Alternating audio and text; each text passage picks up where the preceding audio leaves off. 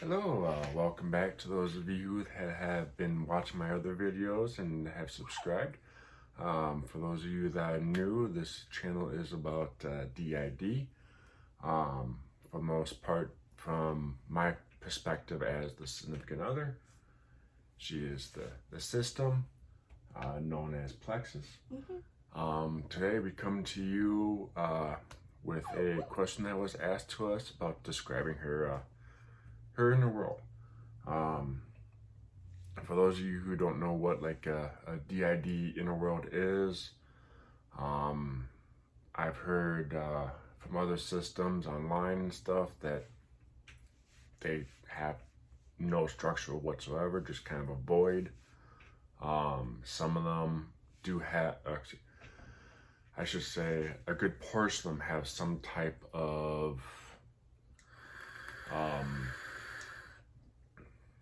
like a country type of deal, a plot, land, some type of, they have buildings of some type, not every system and stuff. I've heard some systems have like damn near all their parts kind of live in just like an apartment complex. But today we're talking about her system. We're going to kind of start off with a portion of her inner world that was relatively recently created. The architectures and a few others were the ones kind of responsible for creating it. I'm saying that one. But yeah, they created this as the safe area, as we kind of call it, the new area that's not tied to any trauma slash programming related type of themed area. They all kind of had some ideas of how they wanted certain areas to be built and kind of chipped in ideas and stuff. We've been kind of in the process of making a layout on Minecraft. It's slow. It's going to take a long time. Having some issues with the blocks, more or less. She can only play it for pretty much a few minutes, not that long. Yeah. But anyways, for her area, she has like a little like reception desk when you first enter the area. Informational booths about where things are, kind of a map and stuff.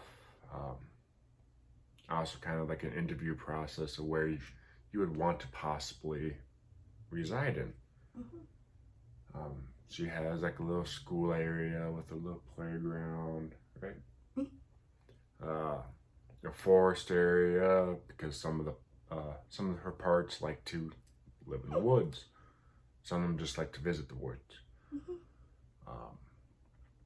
Different densities of area for the trees and stuff. So you get just a couple standalone trees, a couple well dense like forest area. When she was creating this one place that was kind of like a prairie, just kind of grass, or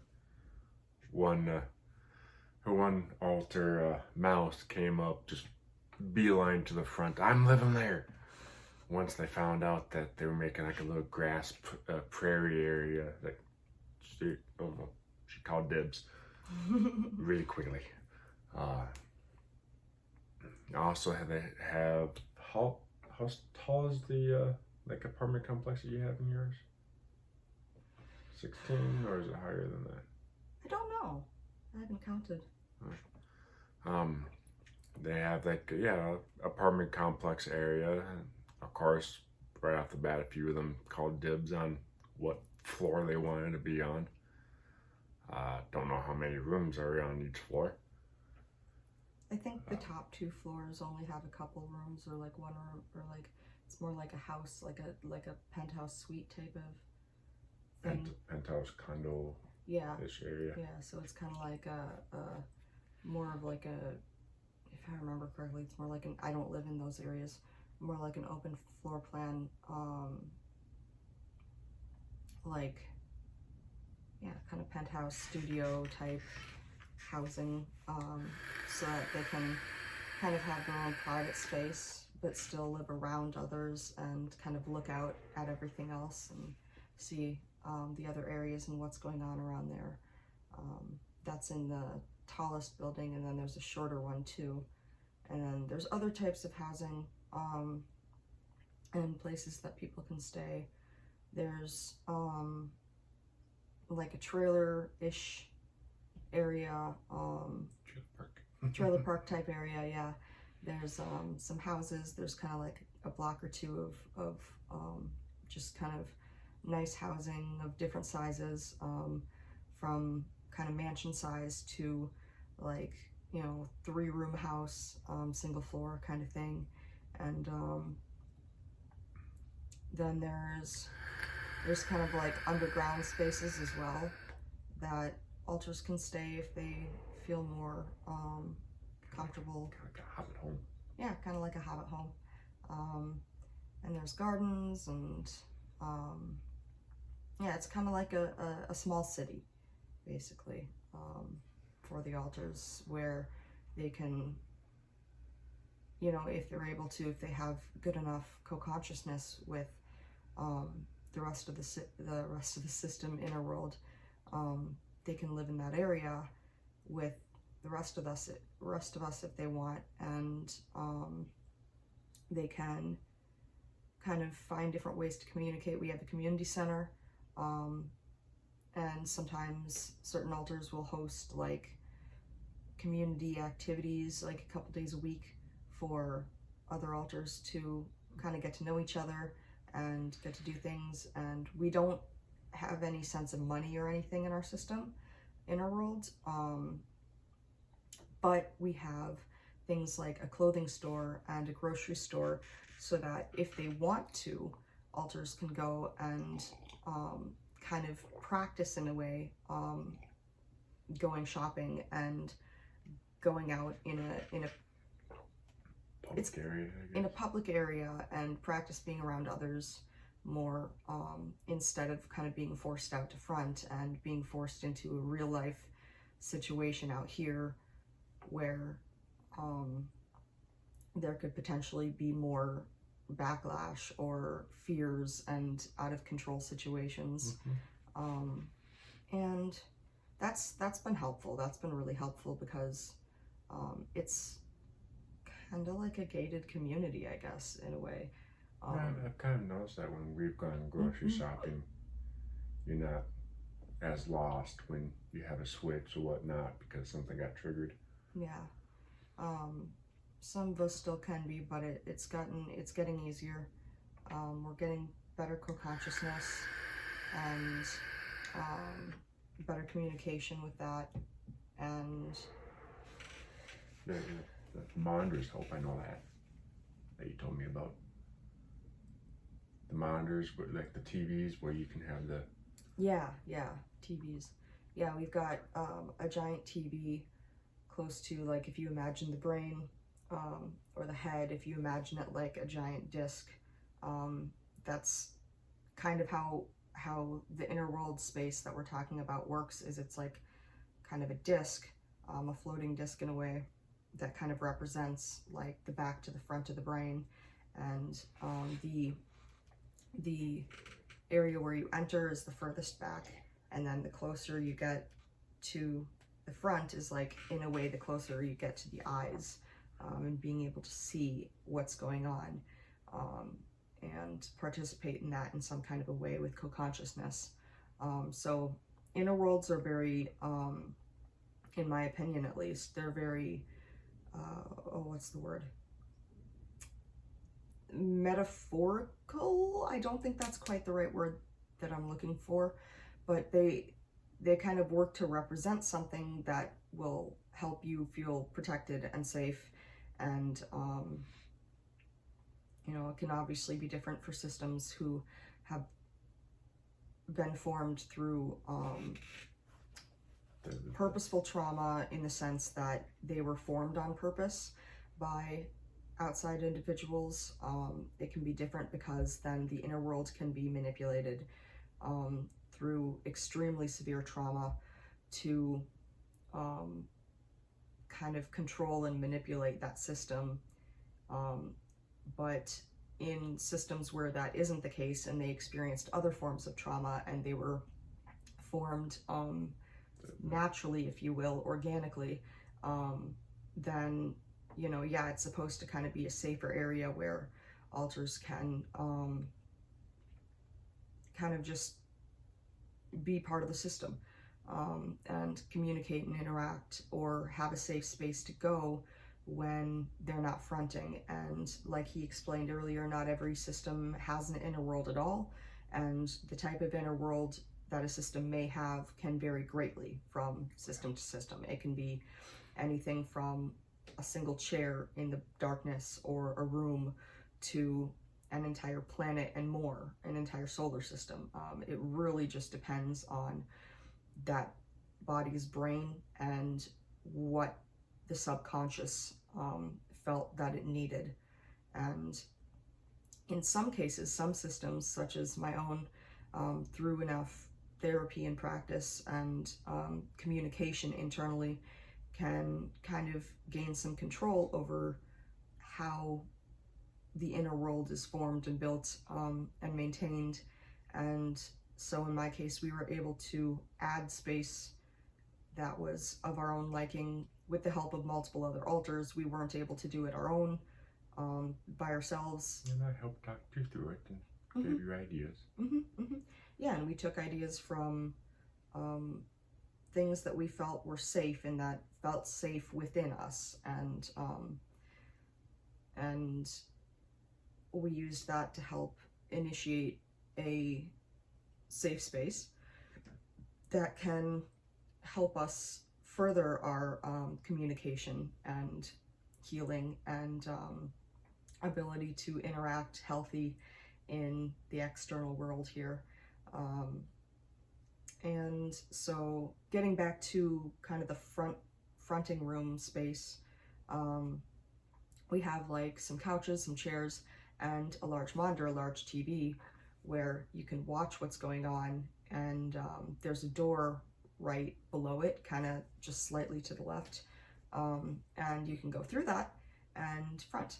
And there's other ways that we have to front that isn't the only way that our system fronts. We can just kind of come forward and switch on accident. It's not really an accident. The subconscious knows what it's doing to protect itself, but we say on accident because it's not a purposefully monitored switch by us. It happens because of some kind of trigger, whether that be positive or negative, that initiates some kind of a and then there's a switch of some sort, and that kind of switch can take anywhere from, you know, like half a second to a couple minutes or whatever, depending on the level of dissociation and what's going on around us, and if we're having troubles fronting or switching. It all varies greatly, and it varies greatly from system to system.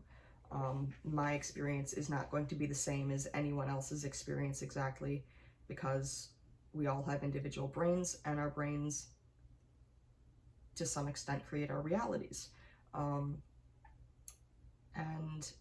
our perceptions. And so yeah, that's just a little bit on our inner world that we're willing to share. Right. And the place that they've been currently residing in, more or less, not all the alters live there, as far as I know yet. Correct. They still live in their original respected places. And some of us have the ability to kind of move back and forth, and the safe space is kind of protected. Like I said, it's kind of like a gated community. And for us, how that functions is when you get to the reception, you are greeted by someone who will kind of help walk you through and talk you through what your goals are in joining this space or being part of this space to any extent, and they can help you figure out where you'd best reside and if you'll be a safe member to live in those areas, and to make sure that everything is I know for her, when she was in the process of creating the new space, she had some backlash from some of the other altars. Why? Why? Yeah.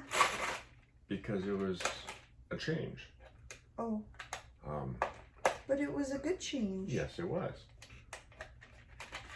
But humans, people in general, are afraid of change. Oh. They like a structure. Yeah. And when you've been living a certain way for so long, and all of a sudden, some monkey wrench got thrown in the mix, it can be hard. Mm-hmm. But the area is still, I want to say, is it about complete, or is? Yeah, no one's been working on it in a long time. Right. But there's, as far as I know, if there's still room for expansion if needed. Mm-hmm. Yeah. Is there anything else you guys want to mention about it, or? The inner world feels safe, a lot in that place, at least, and it's nice to get to meet some other altars sometimes, and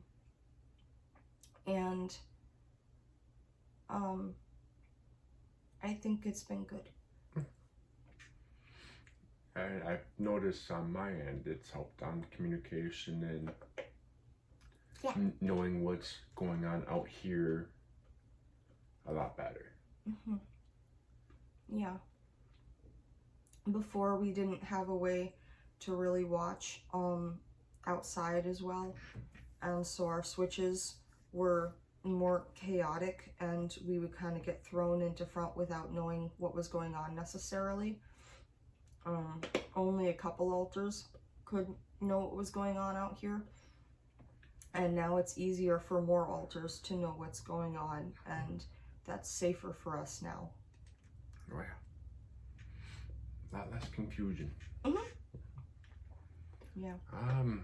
We don't get in as much trouble because more people, we don't say or do things as much that make people out here upset, because we have more control now.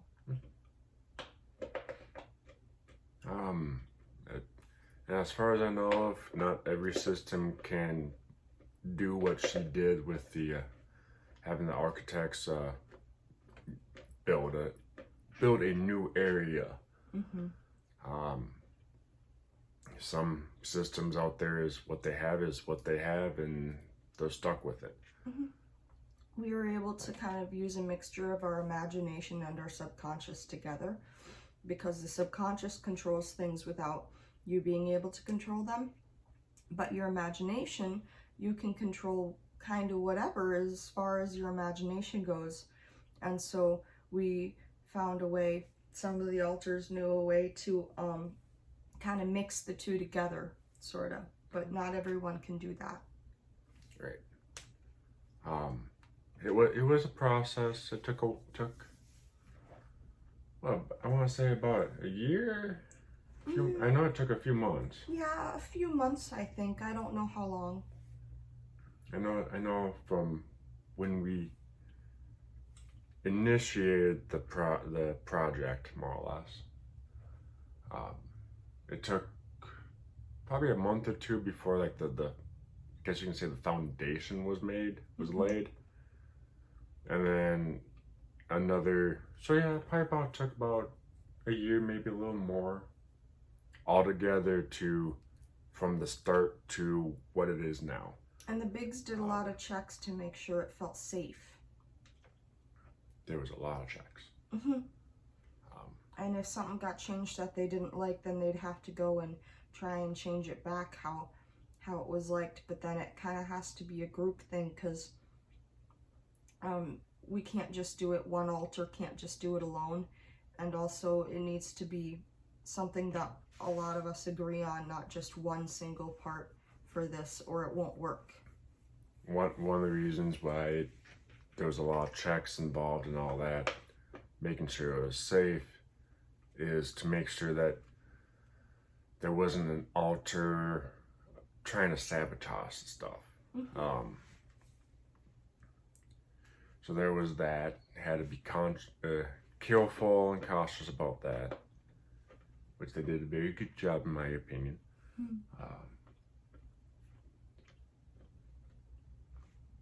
But yeah, if we can think of anything else, maybe later on, if she's up to it, we can talk about the other areas of the inner world. I know right now that's still slightly touchy. Gotta be careful because it's really triggering for not only her but others. It's private, yeah. It's my inner world, and I'd only let maybe like you and maybe like one other person go in it, because it's our safe spot. And no one else can go in it besides the people in our brain.